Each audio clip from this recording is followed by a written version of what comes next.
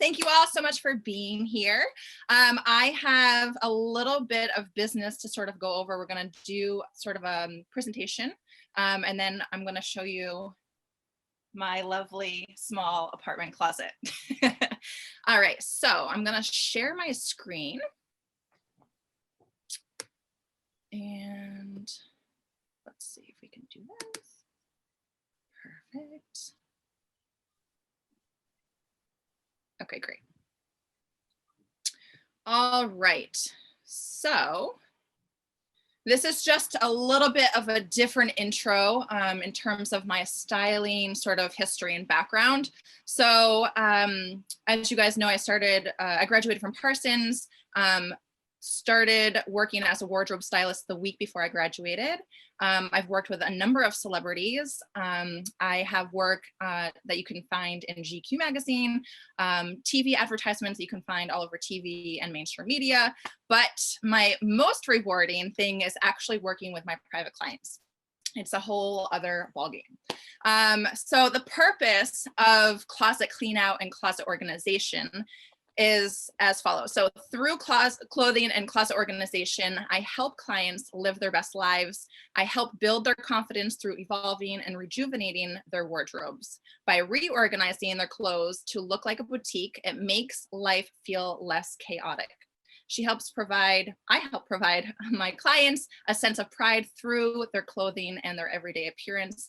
Closet organization is just as important as what's hanging in it. So just a little bit of an overview about what I'm going to talk about. I'm going to go ahead and minimize this. Okay, so first thing is sort of a little bit of history about how I got into the fashion world. I'm going to tell you a little bit about the jobs that I've had, and then I'm going to tell you about how I work with private clients. Like I said, working with private clients is a completely different ballgame than, working as a stylist on set for big stars and things of that nature. Then we're going to talk about the good stuff, which is why you guys are probably all here. Why I'm going to talk about why it's important to be organized. I'm going to talk about how to get organized, and then I'm going to give you guys some extra help with some links to help you guys get started. So first thing is first, a little bit of history and how I sort of ended up where I am. I just remember being in high school and like wanting to go shopping all the time and going to the mall all the time. And so I think the fashion world sort of was just innate in me. I loved piecing things together. I loved, matching my shoes with my hat and my bag and all of those types of things. And I think also having a dress code in high school really helped me because I had to sort of think about what it was that I was wearing. More so than I think like the average high school kid, right? So because we had to follow strict guidelines, there was more of a thought process that went into what I was going to put into my closet. As you guys know, I went off to UMass Dartmouth for my undergrad, where I got a BFA in photography. So being in the sort of creative world has always been something that's interested me, that like sort of the arts world. I moved home after college to my parents' house in Massachusetts. And that's when I decided the only way to get out of Massachusetts, still love Massachusetts, but the only way for me to get out was to apply to school. That was like my out, like I could apply for some grants or some, the only way that I was going to be able to leave and afford it is by going to school. So I actually was talking to one of my mom's colleagues who went to FIT, a colleague's wife who went to FIT, and she sort of convinced me that applying to a design school would be a great idea, even though I knew that I wanted to go into fashion styling and not necessarily design. So I went to Parsons. By the grace of God, got accepted. Don't know how. Little old me from Massachusetts. Don't really have a fashion background, but they accepted me and I went off to the big city, packed up my entire life, and have been here ever since. A week before I graduated from Parsons, I met a stylist and I started working underneath him for probably about 2 or 3 years, all for free. That's really how you sort of kind of have to get started, especially in a big city like this. And I learned so much from him. But then at some point, I think the last time that he was late, I sort of lost it because I was like, you have to be on time, right? I'm on time, you have to be on time. And he sort of, got mad at me because I'm the help, right? I'm not supposed to say things like that. So anyways, needless to say, I, at that point, sort of moved away from assisting him and sort of started doing my own thing. At that point, I started my fashion blog at the same time. And because mom and dad said I had to get a real job, I was working with a jewelry designer, again, sort of always wanting to be sort of in the artist sort of creative field. And then because I wasn't making a ton of money there, I had to get a real big girl full-time job. But it was great because I was able to do something that I loved. So I was a personal assistant for a woman, but I was also her personal stylist. And that's sort of why I said yes to the job, because it was like, I don't really want to be a personal stylist, but I'm sorry, a personal assistant, but if I can be your stylist at the same time, then I'll do it. So I worked with her for about 3 years. I didn't leave her for about 3 years because I was young and I thought that that's what loyalty was, even though I was super unhappy. I wanted more out of life. So I finally left her and I ended up going into a fashion company because I was like, I don't want to be a personal assistant, but I definitely want to be immersed in the fashion world. So let me just get this job behind a desk. That didn't last very long because I just don't belong behind a desk. I don't belong in a 9 to 5. So then I decided to leave that company and go into private client styling, which is where I was working with some of the wealthiest women and some of the most insane apartments in Manhattan I've ever seen in my entire life. It was a lot of fun to see that type of stuff. And so that's sort of where I got my start with private client styling. And then simultaneously, I was signed to a modeling and acting agent. And then since then, I've been on my own as a stylist, private client styling, but also styling for television ads, social media advertisements. I've done some like short movies, stories sort of stuff. So that's sort of what I've been doing over the last 4, 5, 6 years on my own. And these are some of the brands that I've worked with over the last few years: Nike, Ciroc, CVS, Saks Fifth Avenue, Rimmel London, Adidas. I mean, you name it. Lots of different types of brands that I've worked with. I've done some music videos. And then I just wanted to show you some of the work. This is the most recent work that I've done. You guys can see on the screen here. This one on the right that's playing right now is for Luminous Diamonds. Skylar Diggins right there. She's a professional basketball player, which was an amazing, amazing dream for me to be able to work with her. And then this one was also pretty fun. This is Body Armor. It's a sports drink. We all want to win championships. We all want to be the best.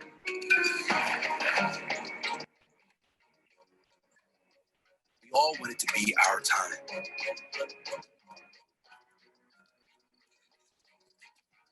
The difference between imagining the future and being the future is what you do to get there.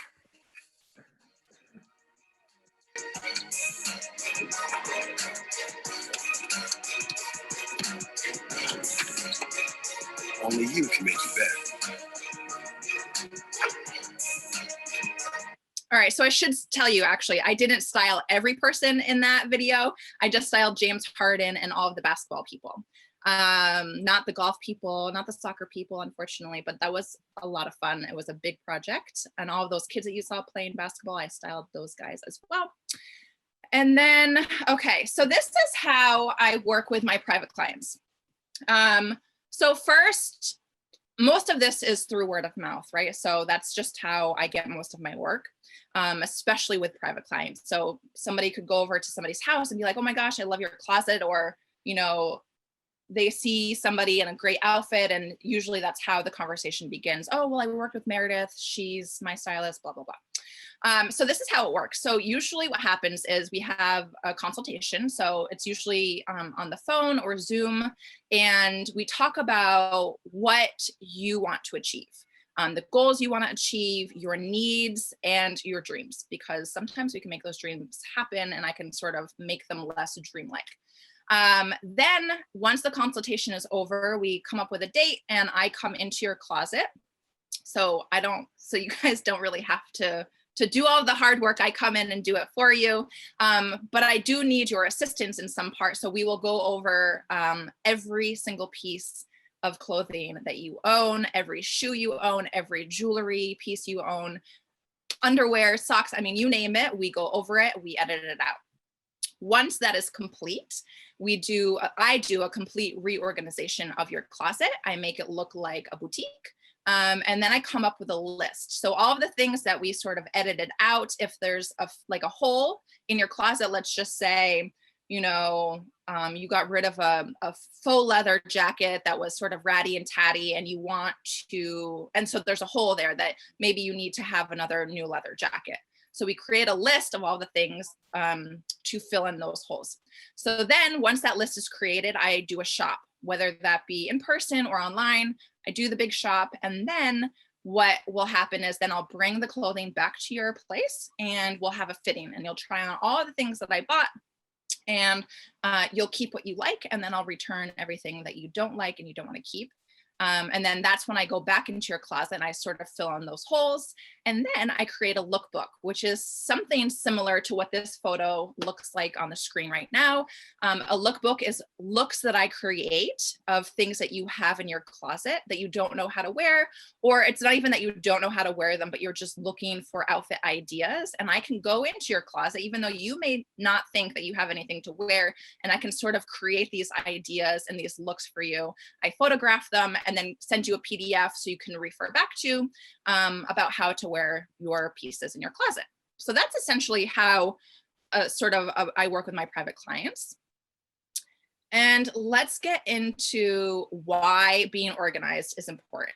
So last week I talked about self-care. This is another thing that we should add to the list about self-care. It is a great form of self-care. It helps eliminate frustration and distraction. So you're not going into your closet first thing in the morning and you don't know what to wear and you're frustrated and you can't find anything that you like. Being organized helps eliminate that. It helps save time. It begins the day on a positive note, which I love. It happens to be pretty to look at, and I think things that are pretty to look at help us feel better. It brings a sense of calm, and not only a sense of calm in your closet, but just in your life. It sort of declutters your mind. I don't know about you guys, but if something is disorganized in my house, I can't really function until it's organized and cleaned up. So I'm sure a lot of you have closets that are in disarray. And I think once they're organized, I think you'll find that sort of like sense of calm and your mind will just be at ease. It'll be easier to find things, obviously. Oh, I have a delivery. It helps you take pride in your clothing and everyday appearance. It increases your storage space. So I live in Jersey City. I have a tiny, tiny closet. I have a lot of clothes just because of what I do for a living. And so I think just being organized helps sort of increase the storage space and the space that I have and utilize it the best way that I can. It helps you care for your clothing, right? So buying clothing is sort of an investment. And so if you're investing in something, we should take care of it. And then it optimizes good energy and flow. I think people use the word feng shui. So if you're looking at this image, you're probably feeling overwhelmed. It actually drives me crazy. And I wish that I could just pop myself in there and work my magic. So it's overwhelming. For those of us who are disorganized and have cluttered closets and sort of just in a disarray in your wardrobe, it can be overwhelming. So the first couple of things we're going to ask ourselves when we are in our closets. So when we're starting the edit, you're going to pull out one piece at a time and you're going to ask yourself a couple questions. Do you love it? If you don't love it, That's going to go into one pile. Do you wear it? If you don't wear it, that's going to go into a pile. Does it fit? I think this is probably one of the hardest things for us to sort of, come to grips with, that we should really only have things in our closet that's taking up prime real estate if things fit right now. Don't worry about when you were 20 pounds lighter or 20 pounds heavier or what have you. I think what's important right now is getting things in your closet that you're wearing because they fit. And then the last question I want you to ask yourself is, does it portray who you are and your style? And not necessarily your style that you think that you have. It could be your style that you want to have, right? So first things first, when you go through each item, those are the questions that you're going to ask yourself. Let me just backtrack. Before you even sort of get into your closet, you're going to need to pull out some things. You're going to need cleaning product in a rag, vacuum, step stool, and trash bags. And I'll tell you why in a second. So as you're sort of pulling out each item, you're going to create piles. You're going to create a pile that you're going to keep. So do you love it? Yes. Do you wear it? Yes. Does it fit? Yes. You're going to keep that. You're then at some point going to maybe get to a piece where like you're sort of unsure of.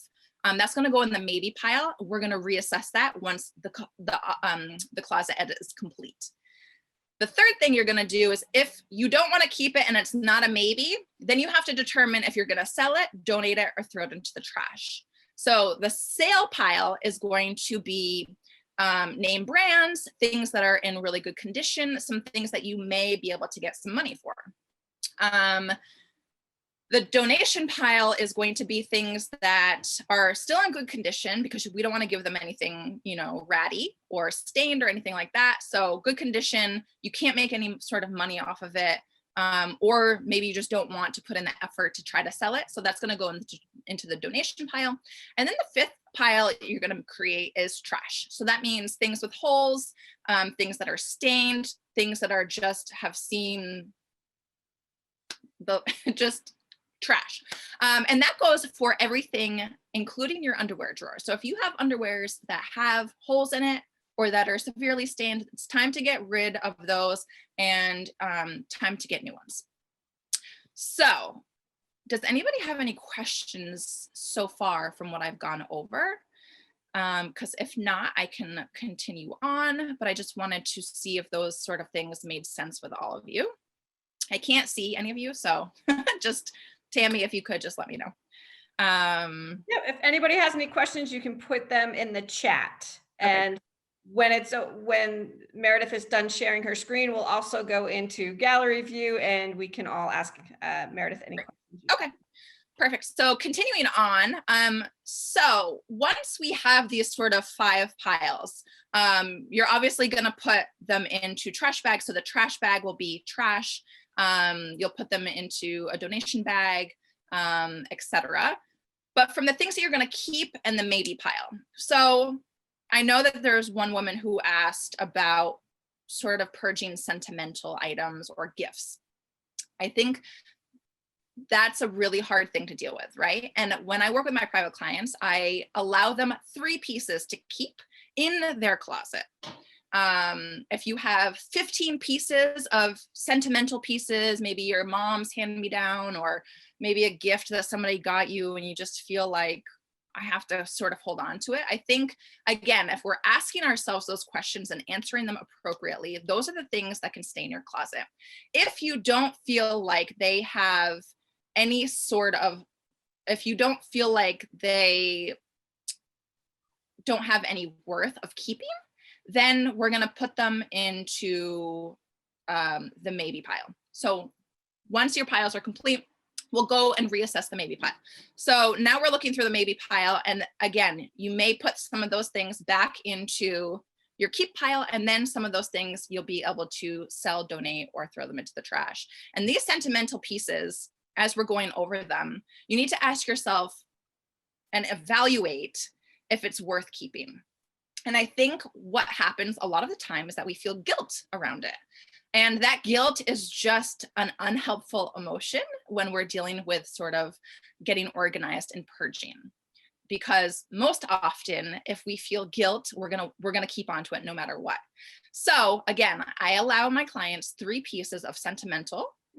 And what I don't want to tell you is that, okay, well, you can keep the 3 sentimental pieces in here, but the 15 other pieces that you have in your closet, you can go ahead and put them in a box and throw them in the attic. That's just creating more clutter.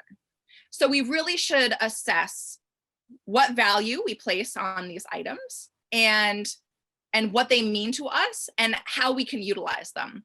I think also having 3 pieces, it would be, I suggest sometimes maybe even, if it's some fancy scarf or some, pendant or something like that, putting it on display as sort of an honor of whomever it's from would be really nice, but it's not taking up prime real estate in your closet. So I hope that answers the question on and helping you sort of work through the sentimental pieces. And also, if somebody gives you a gift and you don't love it, it's your prerogative what you can do with it, right? You don't have to keep a hold of it because it was a gift.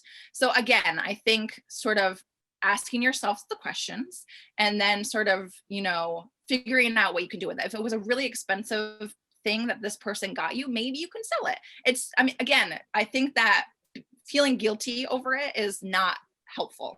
So I think that we should just really focus on the questions, ask what value it has in our life, and then sort of make a decision from there. Meredith, okay. We have a good question. What place do you recommend when we want to sell our items? Where would you recommend? Yes. So depending on what the item is, I know that there's a couple like local stores that take, I think, things that are not even name brand, like you could take your Forever 21 stuff. I think it's like Plato's Closet and things of that nature. But if you have really nice things and, maybe like a purse or, what have you, therealreal.com is a great place to sell your stuff, but also to buy used things as well. And they really have a high standard of things on their website. And it's a great place and you make some money and commission, and the more you sell, the more you make. And so I definitely suggest checking The Real Real out. It's REAL. Great, thank you. Yeah, sure. So let's start from your keep pile. Okay, so now we have our keep pile, and these are the things that are going to go back into our closet. So what we're going to do is we're going to first divvy up your keep pile by season. So anything that's winter will go in another pile, and anything that's, warm weather, tank tops, sundresses, what have you, is going to go in a completely other pile. So since we're in the middle of winter, we're actually going to box all of your spring stuff up and get it out of your closet. Now, whether you have space to do that, I'm not really sure. I think that if I can manage to do that in my tiny little New York City apartment, I think that we can all find some space to sort of store our off-season clothing, because that's just going to alleviate some more space and in your closet. So that's first. So once we have the stuff that we're working with, so winter clothing, sweaters, jeans, things of that nature. Oh, and also I should mention that, your everyday sort of stuff that you wear throughout the year is obviously going to stay in your closet. You're not going to pack that stuff away. So if you have tank tops that go under sweaters, you're going to keep that stuff out. And then, so what you're going to do is you're going to categorize all like things together. So as you can see, I've put all of my tank tops together here.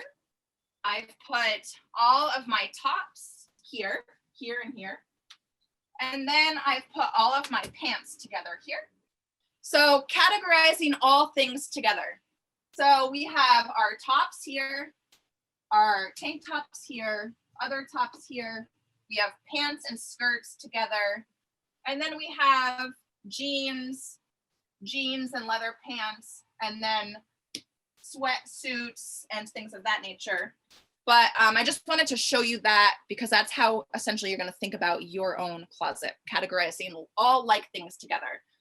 So in essence, you're creating a space, right, for each thing. So for example, if I were to, let's just say, wear this sweatshirt today, I'm going to take it off the hanger. I'm going to not put the hanger back into the closet. So when I come back after wearing it, I'm going to put the hanger back on. I know where the hanger is because I've taken it out, and I know that it's meant for this piece. And then it's gonna go right back in the same place we took it out. And I think that's a really great way to sort of help stay organized. Okay, so then you're gonna also color code. So as you guys can see, I have all of my white tops here, white tank tops, and then it goes on to like yellows and oranges and grays, and then I have some animal print, and then you've got your black tops, again, sort of prints, camouflage, leopard prints, and then it moves into greens, blues, grays, and then pinks. Keeping your stuff color coded will help make this look really pretty and really beautiful. I already mentioned giving everything a home. The way that you're going to fold and hang things is also really important. So instead of folding them a different way each time, you're going to fold them the same way. So see how my pants are all sort of the same size. They don't look, some aren't wider than the others. So the best way to sort of fold your pants, hopefully you guys can see me, is you take your pants and you fold it in half, and then you sort of grab the crotch here, and you take the bottom and you fold the bottom pant up to the crotch, and then you fold the top over. And so when you lay your pants on top of each other, they're all going to line up perfectly. Again, sort of, that's probably the best way to fold your pants. Now, in terms of drawers, I'm gonna see if I can show you guys this really fast. If you have drawers as most of your storage, I think piling things like you would the pants and putting that into a drawer is gonna be really hard to see what you have. I'm a firm believer, and what works for me is being able to see everything. So I'm just gonna take you off my little stand here. Let's see if I can, oops, not that.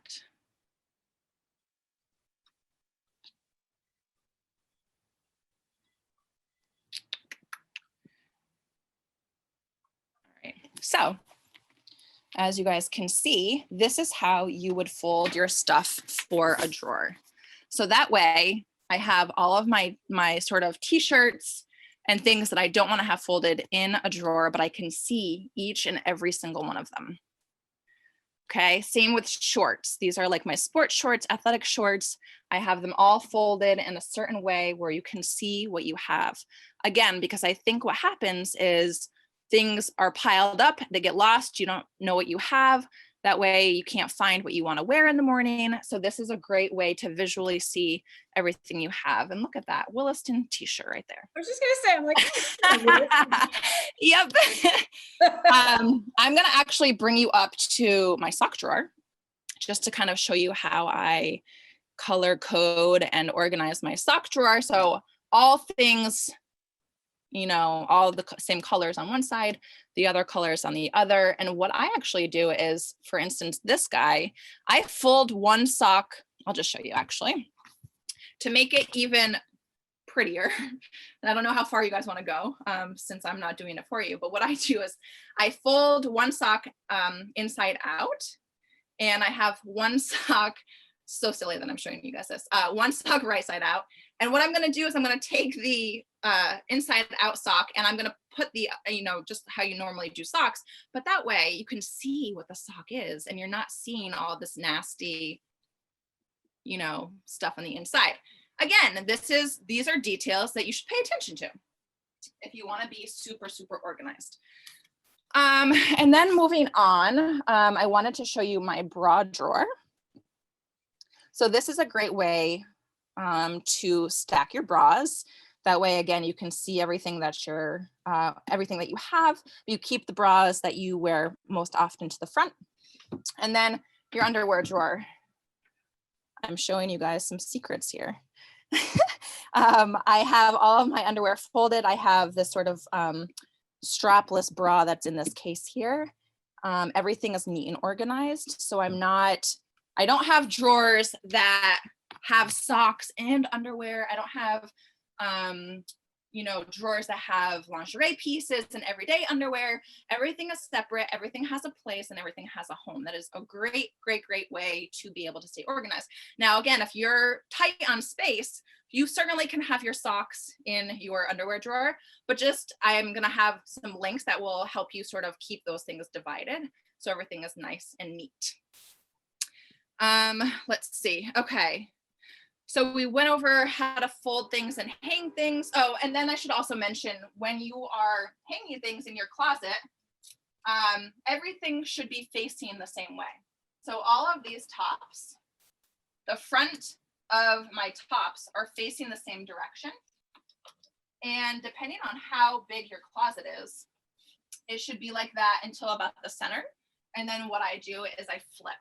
So all of these tops facing me all the tops on this side are facing me. Again, just to help you see what you have. So if things are backwards and you've got 3 white tops in a row and you're not sure what the tops are because you are only seeing the back of them, having them face you and face forward towards the center of the closet is just another way to make things easier. Now, one of the most important things that I tell people is if you have wire hangers, get rid of them. You probably use, or maybe not so much anymore, but you probably use the dry cleaners often. What you're gonna do is when you have dry cleaners come back into the house, you get rid of those wire hangers immediately, and you have all the hangers in your closet should be the same. Now, I don't love my hangers. I have a lot of clothes, so to be able to switch out my hangers to hangers that I loved would be very expensive for me. So I haven't done that yet. But they're all the same color. But I mean, if we're really being nitpicky, I'll show you one thing here. Hopefully you can see that here.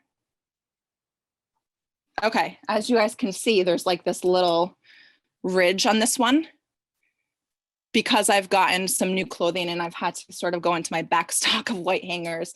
So that bothers me. I want them to all be just like this part right here. Again, because it just makes everything look seamless. And see, there's a couple of them that I have here. Okay, that drives me crazy. One day I'll be able to afford switching out all of my hangers. So, all right, so let's move on to, let's see. All right, so I think I'm pretty much done in terms of showing you how, showing you why, showing you how to purge the piles you should have. Now I'm gonna share my screen again. And I'm just gonna quickly finish up this last bit of the presentation, then we can get into questions. And let's see here, sharing my screen. Okay, share.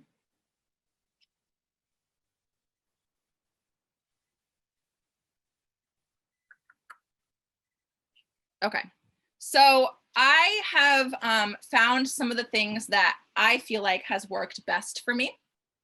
I should also show you another part of my closet. So I have some hangers here. They're felt hangers, they're affordable. I highly suggest that if you have mix mash of hangers in your closet, these are a really good brand. Shelf dividers, I'm gonna actually show you, I have a couple in my closet, I didn't show you those. But again, sort of a great way to, keep things in its place. A couple jewelry organizers. If you're going to use baskets in your closet, they all need to be in the same color family. So you don't want to have one black basket, one wicker basket, one white basket. It's going to really look disorganized and not put together. So just keep in mind that if you are going to use baskets or boxes of any sort, have them all be similar. I talked about drawer dividers. So that could be for your underwear, your socks, your shirts, depending on, what size your drawers are. These clear drawers, I love. I have a couple in my closet. They are the clear drawers that you see over here. You can either put shirts in them, purses, shoes, scarves, you name it, you can put them in there. Having something clear is really helpful because you can see what's in it. It also makes it look really chic, which I love. Okay, I'm gonna actually unshare my screen again. Boot shapers, I'm gonna just show you what those are. And you can sort of see the rest of my closet here. So this is one of my shoe closets. And it is a great way to see what I have and to also display them. So again, if you're thinking about your closet as a boutique, you want to display things like you would see them in a store because it makes it look really nice and inviting. So I have my shoe closet here, and I have some really tall boots at the bottom. And I'm gonna just show you quickly what a boot shaper is.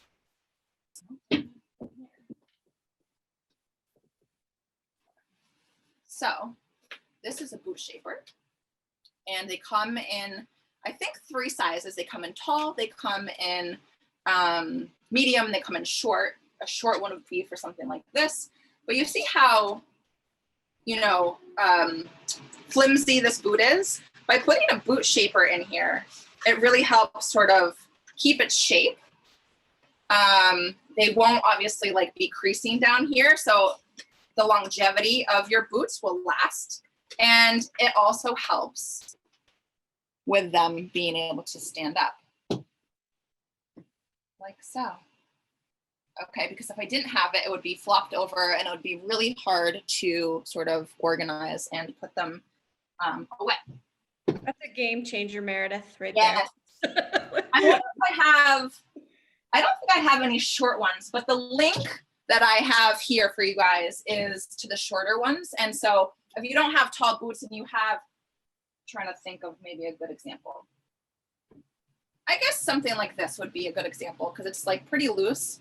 So if you had a boot shaper, it would be able to just sort of keep its shape. And again, as you guys can see, because it's been like that, you can see the crease, and that's not good, right? Because we want to, you know, take care of our stuff and have our pieces, we can use them as long as possible. And then also the last thing I want to show you guys was the shelf divider that I have up here. It's clear. Let's see. It's clear here.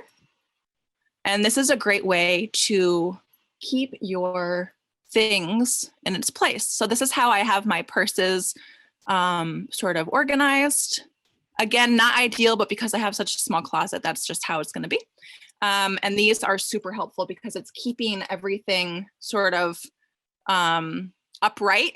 And I also have another one. I'm not sure if you can see, it might be too dark. I have another one over there. So by pressing them together, it sort of creates space.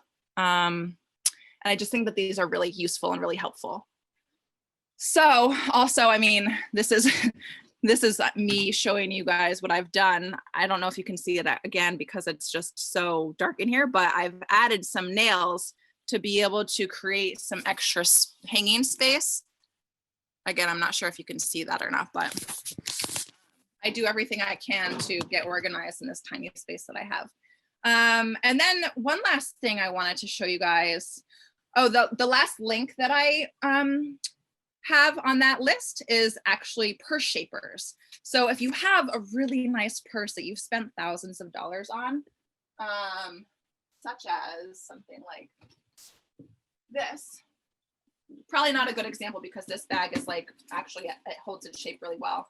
But essentially what a purse shaper does, so let's say you have like a, I don't know, a $5,000 purse and it's leather and it doesn't hold its shape, a purse shaper will be able to be put into here and it will hold its shape like the purse should. Again, as you saw in my boots, you don't want things to be sort of droopy because it's just going to ruin the fabric. So that's what a purse shaper does.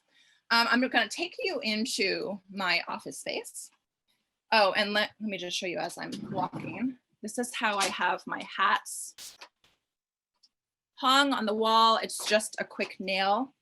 I think that's the best way to do it. I have a box of baseball hats.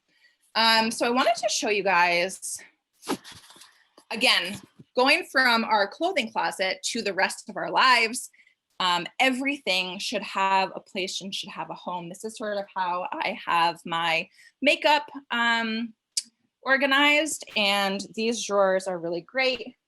Again, I'm just going to quickly show you all of my lip stuff, all of my eyeliners, things of that nature. Everything has a home, everything has a place.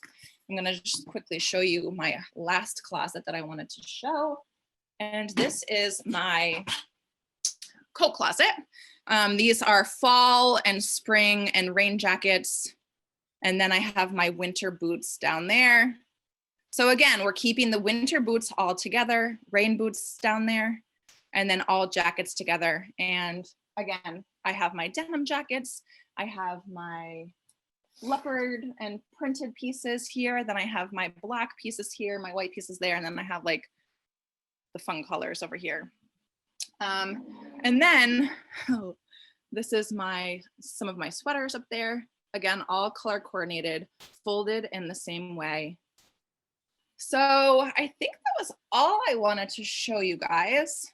And then you can even, move on to your bookshelves if you wanted to. So all of my red books, all of my yellow books, all of my white books, everything is color coded, and it just looks really nice to look at. Here is another sort of way that you could store some shoes or purses, or this could be used for like a jewelry sort of thing. Again, just getting creative with your space and your organization. I think that's all I have to share with you guys. If you have any questions, I would love to answer them. Great. I'm going to remove, that was amazing. And I have serious jealousy and envy over your place. I just wish I had a normal, I wish I lived in a house, right? So I could actually make these things work for me. I hate having this closet with all of these things up top because I can't reach them, right? So in an ideal world, I certainly wouldn't have my sort of dresser in there. That would be, that's such a gorgeous piece. I want that to be out, right? But because I have such limited space, I have to sort of make do. But I would probably have, maybe two bars of clothing, as opposed to those shelves that I need to use a stool every time to get up to, right? Because that's just, if you have things up there that you want to wear, the likelihood of you going up there to get them is slim, right? It's inconvenient. It takes time. Think about trying to put those things away and color coordinated. It's not great. I don't love it, but. Does anyone, oh, here we go. Let's see. Oh, I just wanted to unmute. Meredith, I was literally pulling things out of my closet while you were talking. I was like, I gotta get this out of here. I was having this moment. I have to prepare for my 1 p.m., but thank you so much. This was unbelievable. Yeah, of course. Thank you so much. It was so good to see you. I know. Bye-bye. Bye. And just quickly, a shameless plug. This is a lot. This is overwhelming. Working with your wardrobe is challenging. So if this is something that is too much for you to do, that's why they make people like me, right? So I work virtually. So if you need help, I'm happy to help virtually. I'm also thinking about ways that we can do a safe sort of in-person. For instance, I actually work with a client down in Tennessee who has flown me down to actually get in her closet, but we worked for months ahead of time virtually, just how we are now. She flew me down there. I got into her closet. I reorganized everything. And so there are ways to be able to work together if you do need that extra sort of help, because having sort of the moral support and the physical support and the emotional support, because it's emotional, I'm here. And I just wanted to I'm going to share my screen one last time, sorry, because there are other ways that I can help you as well. And I'll share this presentation with everybody after. So We'll send out a copy of the video and we'll also share the presentation. Amazing. Let's see if I can go back. Can I go back? No, I can't. Oh, yes, I can. Okay, great. All right. Well, we're just going to scroll on through. Yes, so somebody put in the comments, I think it was Sam, that I styled James Harden. Yes, I styled him a few times. And I actually, because he's in New York now, crazy story, I got a text message from his assistant this morning asking me if I could go buy some things for him. So I'm actually glad that he's in New York, because that may mean more work for me, which is always amazing. Awesome. Yeah. Okay, so last page here. By the way, all of those links are clickable too in this PDF. So once you get it, you'll be able to click them and they'll take you to the site. So these are some of the other ways that I am happy to help you guys out. So we talked about the closet organization. We talked about the closet management. I do personal shopping as well. So how I worked with my client in Tennessee was, for instance, if she was going on a trip with her boyfriend to California and she was going to be doing some hiking, she was asking about some workout gear and also like a lightweight sort of rain wind jacket. So she would send me her list. I would then find these things online. I would send her the links and she would buy what she liked. She would then, it's essentially just the same thing, but virtually. She would get the stuff, try the stuff on for me. I would tell her, yes, no, keep that, don't keep that, send all the stuff that she didn't want back. And that's how personal shopping can be done virtually. I can also do it in person safely, obviously during COVID as well. Lookbook usually is best if I'm in person to do that. That's just the easiest way. Again, I think because we have our own eyes on our own closet, sometimes we can sort of get bogged down with the idea that we don't have anything to wear. But if you have a new fresh set of eyes coming into your closet and saying, oh, that could be worn with that and that could be worn with that, that's probably something that you can't see yourself because you're so sort of used to having your clothing. So lookbook is a really great idea. And that doesn't actually require to spend any money, like in terms of shopping new things. That could just be done with what you have already. Special events, I mean, that's obviously not happening much now, but if you do have a special event and you're sort of like, I don't know what to wear to this, call me, I can figure something out. And then travel styling, which is kind of fun, but a lot of people hate it. A lot of people hate packing, and a lot of people don't know what to pack. So that's where I come in. I can help you sort of get prepared for your trip and pack for you, create outfits, accessories, etc., etc. So that's it. Great. Does anyone have any questions?